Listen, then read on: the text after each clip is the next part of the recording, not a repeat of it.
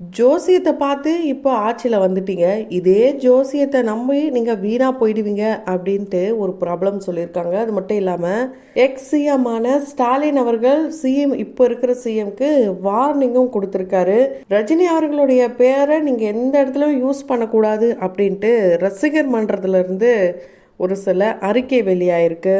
விஜய் அவர்கள் அதிரடியான திட்டங்களையுமே இறக்கியிருக்காரு. அது மட்டும் இல்லாமல் நிறைய நடிகர்கள் இப்போ டிவிக்கேல இணைஞ்சிருக்காங்க. இது எல்லாத்தையும் தான் இந்த வீடியோவில் பார்க்க போகிறோம். இதெல்லாம் பார்க்கணும்னு நினச்சிங்கன்னா உடனே நம்ம சினி சமூகம் சேனலை சப்ஸ்கிரைப் பண்ணிவிடுங்க. கூடவே பக்கத்தில் இருக்க பெல் ஐக்கானையும் மறக்காமல் ப்ரெஸ் பண்ணிவிடுங்க. கொட்டும் மழையில் கூட இப்படியா கோயிலுக்கு போவார் நம்ம சிஎம் அப்படின்ட்டு கலாச்சி பேசியிருக்காரு திண்டுக்கல் ஐ லியோனி அவர்கள். இவர் டிஎம்கேவை சேர்ந்தவர் நம்ம எல்லாருக்குமே தெரியும்.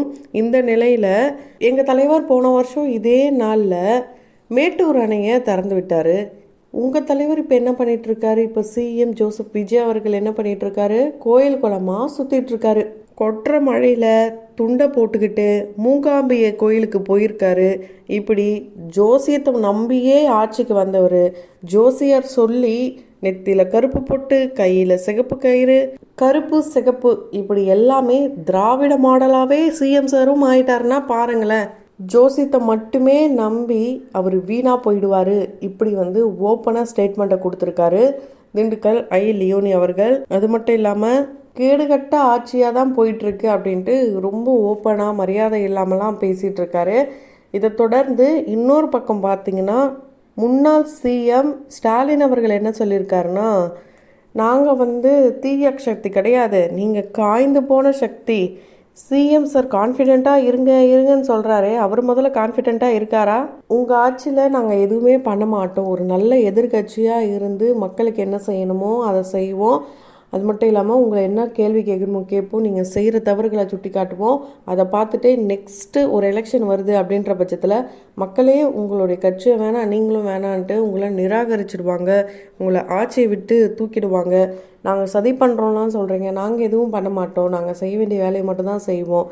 நாங்கள் பண்ண நலத்திட்டங்கள், அதாவது ஃப்ரீ பஸ்ஸாக இருக்கட்டும், இன்னொரு பக்கம் மகளிர் உரிமை தொகையாக இருக்கட்டும், இது எல்லாமே எங்களுடைய திட்டம். இந்த திட்டத்தை கூட நீங்கள் கரெக்டாக ஃபாலோ பண்ண முடியல, இது சதிலாம் கிடையாது, இதுதான் அரசியல்ன்ற மாதிரிலாம் வார்னிங் கொடுத்துருக்காரு. ரஜினி பெயரை யாருமே பயன்படுத்தக்கூடாது. அகில இந்திய ரஜினிகாந்த் ரசிகர் நற்பணி மன்றத்திலிருந்து அறிக்கையை வெளியிட்டிருக்காங்க. ரீசன்ட் டைமில் அண்ணாமலை அண்டு லாரன்ஸ் இவங்க 2 பேருமே புதுசாக கட்சி ஆரம்பிச்சிட்டாங்க. இவர் டிவிக்கேல சேர்ந்துட்டாரு. இப்படியெல்லாம் நம்ம நியூஸ் பார்த்துருந்தோம். இதனாலேயே அதில் குறிப்பாக ரஜினி சார் கூட தான் சேர்ந்து பண்ண போகிறாங்க, ரஜினி சாருடைய வழியில் போகிறாங்க, இப்படிலாம் கூட சொல்லப்பட்டுச்சு.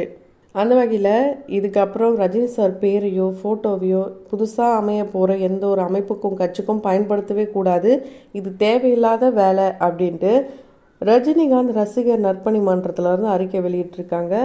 ஸோ ரஜினி சார் அரசியலுக்கு வரப்போகிறேன், வந்துட்டேன் இப்படியே சொல்லிட்டு கடைசியில் வராமலே போயிட்டாரு.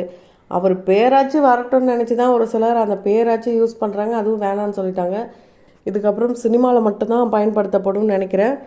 நிறைய பேர் டிவிக்கே நோக்கி படையெடுத்துட்டு வந்துட்டுருக்காங்க. அந்த வகையில் நிறைய சின்னத்திரை நடிகர்கள், வெள்ளித்திரை நடிகர்கள், இப்படி பல பேரும் டிஎம்கேலேருந்தும் பிஜேபியிலேருந்தும் இப்போ டிவிக்கேல இணைஞ்சிருக்காங்க. ரீசெண்ட் டைமில் அந்த வீடியோ தான் இப்போ சோஷியல் மீடியாவில் வைரல் ஆகிட்டுருக்கு.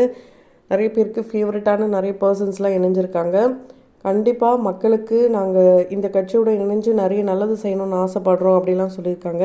இருந்தவங்க ஒன்றும் செய்யலை, வந்தவங்க ஏதாவது செய்வாங்களான்னு வெயிட் பண்ணி தான் பார்க்கணும். அதுக்கு முன்னே நம்ம இந்த முடிவும் எடுக்கக்கூடாது.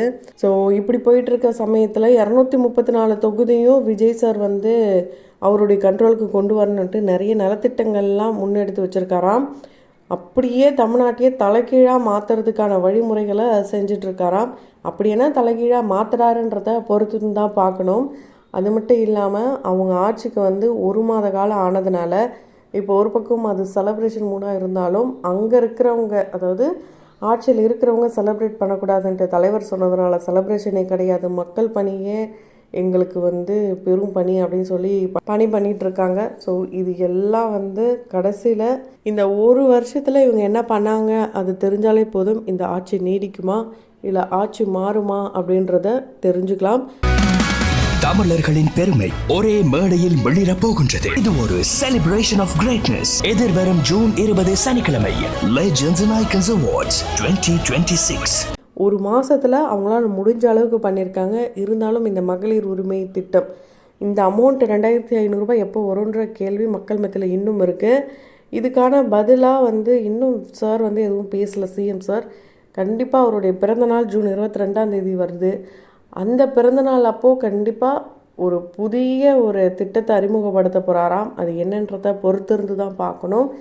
நிறைய சர்ப்ரைசிங்கான விஷயங்கள்லாம் காத்துட்ருக்கா. அதுவும் என்னன்றதை வெயிட் பண்ணி பார்க்கலாம்.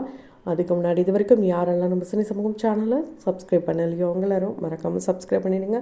கூடவே பக்கத்தில் இருக்க பெல் ஐக்கனையும் மறக்காமல் ப்ரெஸ் பண்ணிவிடுங்க.